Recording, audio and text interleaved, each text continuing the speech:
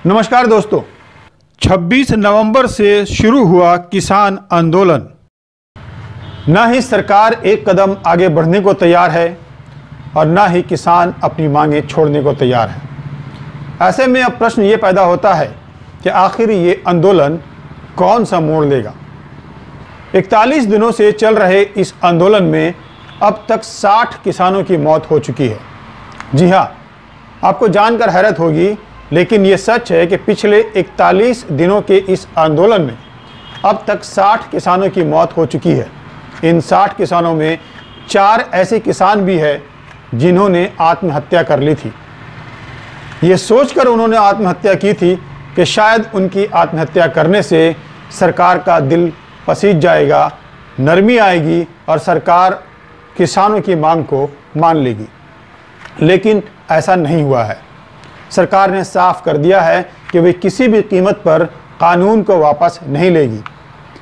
उधर किसानों ने भी ये साफ कर दिया है कि वो किसी भी कीमत पर अपने आंदोलन को वापस नहीं लेंगे। किसानों ने अगले 1 महीने तक की रणनीति की भी घोषणा कर दी है। तो आज की इस वीडियो में आपको इस मुद्दे पर तफसील से बताएंगे कि आखिर आने वाले दिनों में यह आंदोलन कौन सा मोड़ लेने जा रहा है। इसलिए इस वीडियो को अंत तक ज़रूर देखिएगा। और अगर आपने अभी तक हमारा ये चैनल बोले इंडिया को सब्सक्राइब नहीं किया है तो फ़ौरन सब्सक्राइब कर लें और लाल बटन दबाना ना भूलें, ताकि हमारा हर आने वाले वीडियो की जानकारी आप तक पहुंच जाए। कल के बैठक में भी सरकार और किसानों के बीच कोई सहमति नहीं बन सकी। सरकार ने 2 टुक शब्दों में साफ कर दिया कि वह किसी भी कीमत पर इस कानून को वापस नहीं लेगी।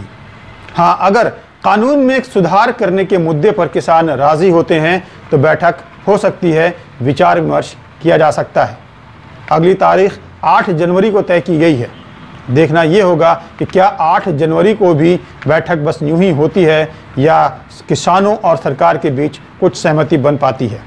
लेकिन जिस तरह से किसानों का मूड नज़र आ रहा है, उससे लगता नहीं है कि सरकार और किसानों के बीच कोई सहमति बन पाएगी, कोई बीच का रास्ता निकल पाएगा। ऐसे में ये आंदोलन किस ओर जाएगा, ये समझना बहुत ज़रूरी है। अभी हम आपको एक वीडियो दिखाने जा रहे हैं। इस वीडियो को देखने के बाद आपको थोड़ा बहुत अंदाज़ा हो जाएगा कि किसानों का ये आंदोलन किस ओर बढ़ रहा है और किसान अपने आंदोलन को और आगे तेज करने के लिए कितना कमर कस चुके हैं। देखिए ज़रा इस वीडियो को।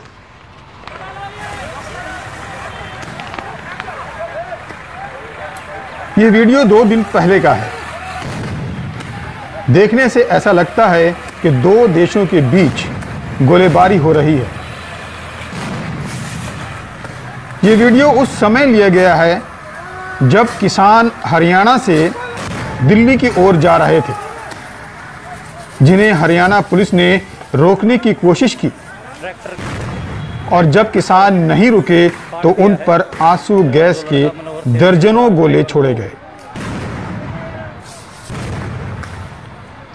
ये वीडियो शाम के समय गुड़गांव के करीब 16 किलोमीटर दूर नेशनल हाईवे 48 में सांगवारी नाम का एक गांव है, जिसके पास ये वीडियो को शूट किया गया है। लेकिन आपको हैरानी होगी कि आंसू गैस के गोले ने किसानों की हिम्मत को पस्त नहीं किया और किसानों ने पुलिस बैरिकेड तोड़ डाले और दिल्ली की तरफ बढ़ गए। तो इस वीडियो को देखने के बाद आपको अंदाज़ा लग गया होगा कि किसान अपने आंदोलन को और तेज़ करने के लिए, अपनी मांग को मंगवाने के लिए किस हद तक जा सकते हैं और किस हद तक जा रहे हैं। पंजाब और हरियाणा के किसान आखिरकार इस कृषि कानून का क्यों विरोध कर रहे हैं, ये आप सब जानते हैं। लेकिन फिर भी संक्षेप में हम एक बार फिर आपको बताते हैं। हालांकि इससे पहले भी कई वीडियो में हम ये बता चुके हैं, लेकिन फिर एक बार आपको याद दिला देते हैं और उसके बाद हम आगे बताएंगे कि अगले 1 महीने तक अपने आंदोलन को चलाए रखने के लिए और तेज़ करने के लिए किसानों ने किस तरह का रूपरेखा तैयार किया है। तो सबसे पहले आपको बताते हैं कि किसान आखिरकार इस कानून का विरोध क्यों कर रहे हैं। किसानों को ऐसा लगता है कि ये सरकार जो 3 कृषि कानून लेकर आई है, उस कानून से सिर्फ पूंजीपतियों का ही फायदा होने वाला है, किसानों का नहीं। और पूंजीपति कौन है? पूंजीपति है अंबानी और अडानी। इसीलिए पंजाब और हरियाणा में अंबानी और अडानी के व्यापार को भी निशाना बना रहे हैं ये किसान। उन्हें लगता है कि ये कानून सिर्फ और सिर्फ इन्हीं 2 शख्स के लिए बनाया गया है और किसानों को इससे कोई फायदा नहीं होने वाला है। इसलिए इनका सारा गुस्सा इन 2 व्यापारियों के व्यापार पर भी उतर रहा है। जैसा कि पहले आपने देखा कि पंजाब में किस तरह से रिलायंस ग्रुप के जियो टावर को जलाया जा रहा है, उनके पेट्रोल पंप में धरना दिया जा रहा है, उनके जो रिटेल्स आउटलेट हैं उनके सामने प्रदर्शन की जा रही है। खैर, अब आपको बताते हैं कि किसानों ने अगले 1 महीने तक अपनी रणनीति किस तरह से बनाई है और किस तरह से वो अपने आंदोलन को और तेज़ करने वाले हैं। अगले 15 दिनों तक, यानी 4 जनवरी से 20 जनवरी तक वो जागृति पखवाड़ा मनाने जा रहे हैं, यानी देश भर में किसानों को जागृत करेंगे इस कानून को लेकर। दूसरा है 13 जनवरी को। 13 जनवरी को कृषि कानून की कॉपी जलाकर लोहड़ी मनाएंगे। 13 जनवरी को लोहड़ी का पर्व है। पंजाब में बहुत धूमधाम से लोहड़ी का पर्व मनाया जाता है। इस लोहड़ी के पर्व में वो कृषि कानून के कापियां जलाएंगे, बिल के कापियां जलाएंगे और लोहड़ी मनाएंगे। ये किसानों ने घोषणा किया। उसके अलावा 18 जनवरी को किसान पूरे देश में महिला किसान दिवस मनाने का फैसला किया है। यह 18 जनवरी को मनाया जाएगा महिला किसान दिवस। उसके बाद अगर आगे देखते हैं तो 23 जनवरी को नेताजी सुभाष चंद्र बोस के जन्मदिन के अवसर पर किसान इस जन्मदिन को कैसे मनाएंगे वो ज़रा देखिए। इस जन्मदिन को मनाने के लिए किसानों ने चेतना दिवस का नाम दिया है, यानी इस दिन को नेताजी सुभाष चंद्र बोस का जो जन्मदिन है उस दिन वो चेतना दिवस के रूप में मनाएंगे और विरोध प्रकट करेंगे। तो ये तो हो गया 23 तारीख तक, लेकिन 26 तारीख को भी वो चुप नहीं बैठने वाले हैं। 26 तारीख का जो उनका प्लान है, किसानों का जो प्रदर्शन करने का प्लान है, वो ये है कि वो पंजाब और हरियाणा से ट्रैक्टर, ट्रक्स और दूसरे गाड़ियां लेकर दिल्ली कूच करेंगे। हज़ारों की संख्या में दिल्ली पहुंचेंगे और दिल्ली में एक ट्रैक्टर पैरेड करेंगे। परेड निकालेंगे ट्रैक्टर्स, ट्रकों पर और दूसरी गाड़ियों में बैठकर दिल्ली में वो 26 जनवरी को अपना एक परेड निकालेंगे और इस तरह से वो सरकार के ख़िलाफ़, कृषि कानून के ख़िलाफ़ अपना विरोध प्रकट करेंगे। तो आप देखिए कि आगे की रणनीति भी जो किसान हैं वो बनाते जा रहे हैं।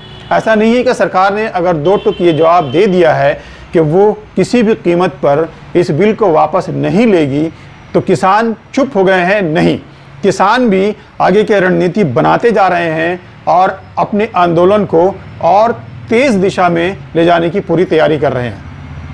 अब सवाल ये पैदा होता है कि क्या आने वाले दिनों में ये आंदोलन पंजाब और हरियाणा से निकलकर पूरे देश में फैलेगा?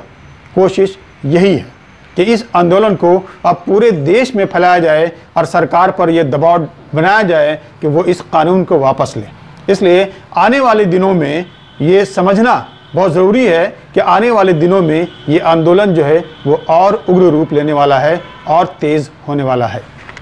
उधर दिल्ली के सीमाओं पर धरना पर बैठे हज़ारों किसानों के लिए मुसीबतें बढ़ती जा रही हैं। एक तरफ कड़ाके की ठंड है जिसने पिछले 15 वर्षों का रिकॉर्ड तोड़ दिया है। उस कड़ाके की ठंड में भी किसान दिन रात धरना दे रहे हैं।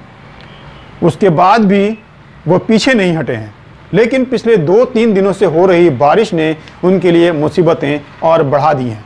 धरना स्थल पर पानी जमा हो रहा है, लेकिन किसान हिम्मत नहीं हार रहे हैं। वे तंबू तान कर बैठे हैं, धरना लगातार जारी है। उनके इस हिम्मत को देखते हुए दिल्ली के मुख्यमंत्री अरविंद केजरीवाल ने ट्वीट किया कि किसानों के हिम्मत को सलाम है और किसानों के हिम्मत को देखते हुए उनकी इस मुसीबत में भी वो जिस तरह से वो धरना दे रहे हैं और अपनी मांग को मनवाने के लिए सड़कों पर बैठे हैं, उनकी इस हिम्मत को देखते हुए सरकार को चाहिए कि वो इस कानून को वापस ले ले। ये गुजारिश की है केंद्र सरकार से दिल्ली के मुख्यमंत्री अरविंद केजरीवाल ने। लेकिन बात वहीं आकर रुक जाती है कि केंद्र सरकार ने साफ जाहिर कर दिया है कल के बैठक में कि ये कृषि कानून किसी भी कीमत पर वापस नहीं लिया जाएगा।